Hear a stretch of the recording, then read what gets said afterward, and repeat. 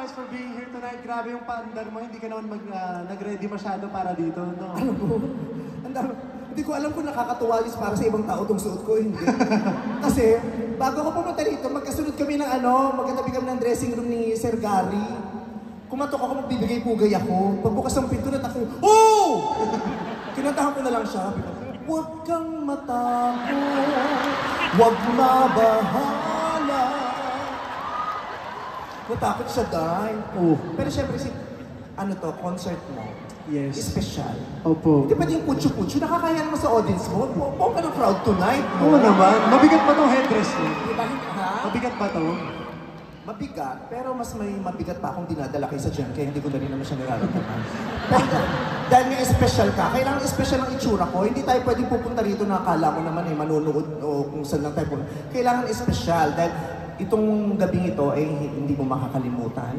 Hindi namin makakalimutan. Kaya dapat tayo din mismo, ako mismo, pag nakita nila ako, hindi ako pwedeng forgettable. Kailangan itong itsura ko. Yes! Diba?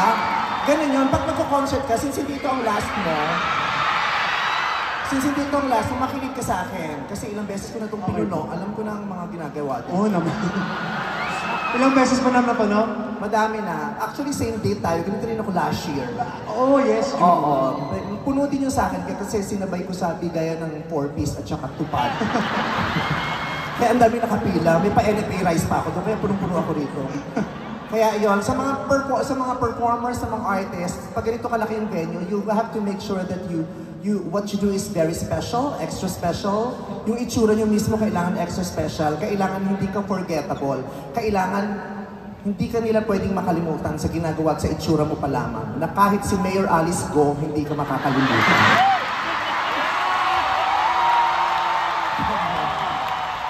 Sa itsura ko ngayon, pag sinend ko to kay Alice Go, tingnan ko kung makalimutan nyo to after 10 years. Parang hindi ka niya makakalimutan talaga. Oo. Hindi niya masasabi yun kayo, your honor. Pero yung mga ganitong itsura, hindi ito bumabagay sa lahat. Kailangan to inaaral. Katrin, tawang-tawa, Katrin, ha? Nako, ikaw talaga? Oh, Ang laki-laki mo na, no? ano? Dati, Diyos ko, ang liit-liit mo. Paano kung nakitang nakilala? Nag-guess ka sa GG ngayon, ang laki-laki mo na. Ang dami mo nang ipinapakitang kakaiba. Yung huling sayaw mo kanina, yung nagkaganon. Diyos mo! Paano?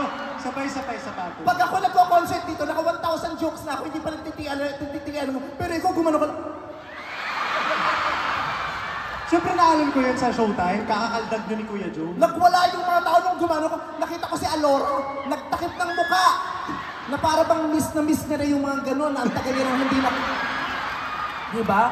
Pati si Dr. Vicky Bello, Diyos ko, nung gumanong ka, nagpa-schedule ng ultrasound.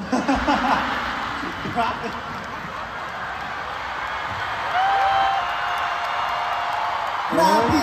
Nung gumanong ka talaga, nakita ko si Dr. Bello, pinicture no? Tapos pagpikit ni Hayden, zino. Kerry, di ba Dax, di ba, Doktora?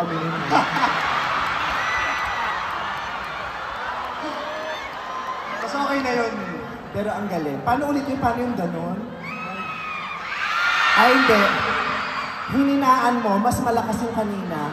Tapos may babae kang ginanon eh. Paano yung... Alora, Lika, ginawa nga yung sa babae kanina. Ginawa nga yung kanina. Siyempre, Alora, ikaw na lang pwede kasi ako may asawa na ako. Si Chi, may something. Si Catherine, tahimik lang siya, dyan lang siya, hindi siya pwede tumayo. Kung ako sinasabi. Tahimik lang siya, masakit ni Kuya, hindi siya pwede tumayo. Alora, dito sa taas para makita na nakakarami. Diyos ko, yung ganyang mukha, dapat nakikita ng lahat. Yung ganyang kaganda, wag mo tinatago yan. Ayan, oh. Nakita mo yung kanina, di ba may partner siya, tapos yung nagaganon siya. Oh, paano yun? Bakit? Ba't ka nakakata? Wala pa man din, handang-handa ka na. Paano yun? Paano yun? Oh. Nakatalikod yung babae doon. Nakatalikod? Ano ba? Nakatano siya dito. Ay, nakasandal doon. Sumandal ka. Tapos, Ayaw? Naku, mapipitin si Alora. Huwag ka magala. Akong bahala. Sa akin ka. Uy, wala kang lugi dito. Kabayo to, gago.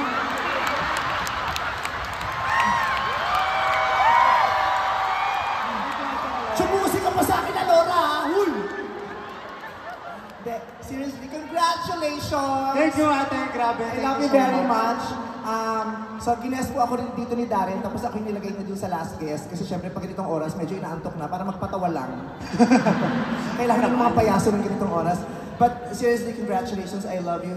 I am very proud of you. The entire Showtime family is very proud of you. Thank you, meme. And we are so grateful na part ka na ng Showtime family. Thank you po. Sana nag-enjoy ka everyday with us. Yes, after nitong concert, makakabalik na ako sa Monday. Yeah, please. Oo, Pero maraming mahal na salamat. mahal ka namin. Mag-iingat ka lagi. Gawin mo lahat ng gusto mo na makakapagpasaya sa'yo, pagpapasaya sa'yo, sa fans mo, sa pamilya mo, sa lahat ng mga mahal mo sa buhay. Ang dami mong pinakita tonight. Sumayaw ka ng matindi, kumanta ka ng matindi, lahat. Parang pinakita mo na lahat. Iskandal na lang inaantay na. Uy, wag. Charot, charot lang. Dito yung magulang ko. Ha? So, sinong may gusto? Yung ticket nyo, di ba may ticket kayo kanina? Pakikip kasi ira-raffle kung kanina isi-send. Anong nakalagay sa ribbon? Ayan, nagmamahal, wak, wak, wak. Wak, wak, wak, wak, wak, wak, wak, wak, wak, wak, wak. Okay, so ako yung pupunta na po sa likod. Ibibigay ko ng entablado ulit sa pinagmamahal natin, si Darren Espa. Maraming salamat, ate. I love you so much. Dadalhin mo yan? Self-service dito, wala tayong budget. Thank you, meme. Nandiyan ka pala, ba't di ka nauna doon, putang?